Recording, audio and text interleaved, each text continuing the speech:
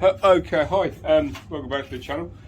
I'm doing potatoes. These have been washed, these potatoes, and dried off. I'm just doing them for the two meals, so for the potato pastry tonight and for the fish pie Friday, I think that's one. What I'm using is this speed peeler, and so you can see I'm taking the peel. These are going to be go in the oven to be roasted off as chips, or crisps, chips. Porpoise chips. Porpoise chips, yeah. Yeah, we've called them as kids. If you're using this thing, what you can do, if you want to be really quick, is do that, but I'm not that good. I'll end up taking my fingers off. But just spin these, and you can do this with any vegetables really, potatoes, carrots, any root veg. Just cook it on, sit down, thin like this, just so they cook quick. When I get down to where I can't get any more like that, I just, again, cut them down nice and small, just so they'll cook really, really quickly, because we're going to mash it anyway, so we're not after anything particular. Right, and as you can see, I've got this lot to do, so we'll probably get back to you in a bit. First. Okay, right, we're these are the porpoise chips, or just the potato skins, covered in water. And I'm going to put some salt on them, pinch of salt, and then they'll be in the fridge till tomorrow. So a good old pinch of salt in there. That's just to preserve them really, just to save them, stop them going off a bit. It's, right, my spuds here, these are all ready to mash, nice and soft. So what I'm going to do is I'm going to pour some of this water onto the vegetables to cook the vegetables for later on for tonight's tea. So if you just step back a little, I'll grab a cloth. Thank you. Watch me make a mess as I slop this everywhere. Oh look, the phone's nodding.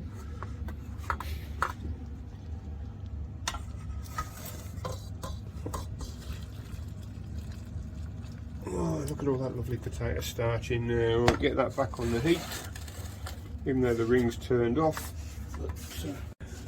Right, all I'm doing now, I'm mashing them, and then we'll be back, split this down, make the potato pastry. Okay, so what we've got in here is our chicken, vegetable and gravy. We could just put the mashed potato on the top there and then put it in the oven just to finish it all off, even though this is all cooked. But what we're going to do is add some plain flour. We're gluten free, so gluten free plain flour. I'm afraid I can't give you any weights because I just have to mix it in until I get the appropriate thing. So if you can get that amount of potato, love, see what we've got. Right, and now when I'm going to put it in, and what I've got is sort of a heaped dessert spoon. Put that in. We'll put a pinch of salt, as you would in pastry as well. So a pinch of salt, a little bit more. And now it's just a case of mixing it until you get the sort of right consistency. And because the potato contains starch, as you saw how starchy that water was, and we left a little bit of water in the bottom when we mashed in the water, we shouldn't need anything else. That's still Almost be fat free then. yeah. So that's still a bit mashed potato-y, not pastry enough. So let's get a bit more.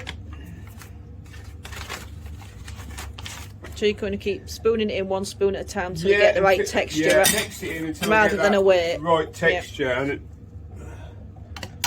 And again, different potato varieties will require more or less flour depending on,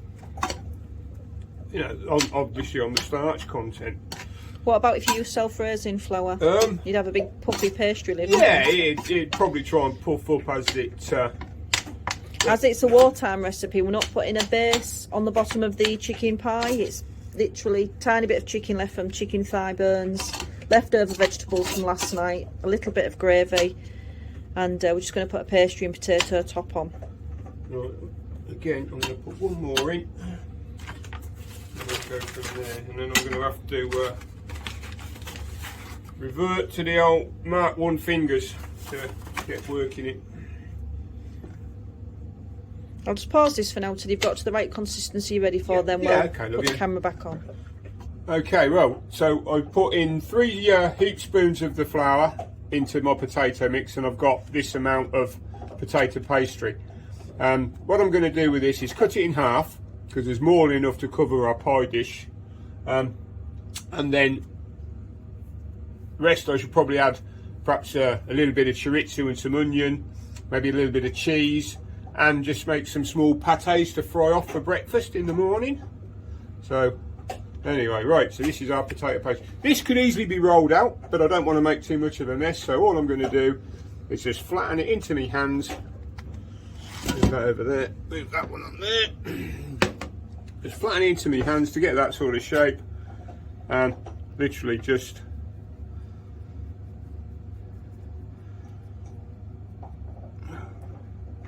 work it around, work it there. I ain't no Gordon Ramsay or Jamie Oliver or any of them other posh chefs, but I'm just pleased you haven't got flour all over all over like you normally do, darling. Yeah. So, right, there's our pie done. Let me just swirl the fingers. Yeah, it's all done. Everything in there's cooked, so just literally got to cook through the flour 20-25 minutes at about 180, 200, something like that. What about gas mark 6? Yeah, that's on our cooker. Medium to high heat, isn't it? Yeah, medium to high. Yeah. Three quarters of the way round your dial. Round your clock. Yeah. Right, we'll be back soon. Yeah, that's it. And here's David's finished potato pastry, chicken pie with veggies for tea. And he's actually made extra, so we've got some for little pancakey type biscuits tomorrow. If you like the channel, please like, subscribe and share, and we'll be with you again very soon. Take care wherever you are. Bye for now.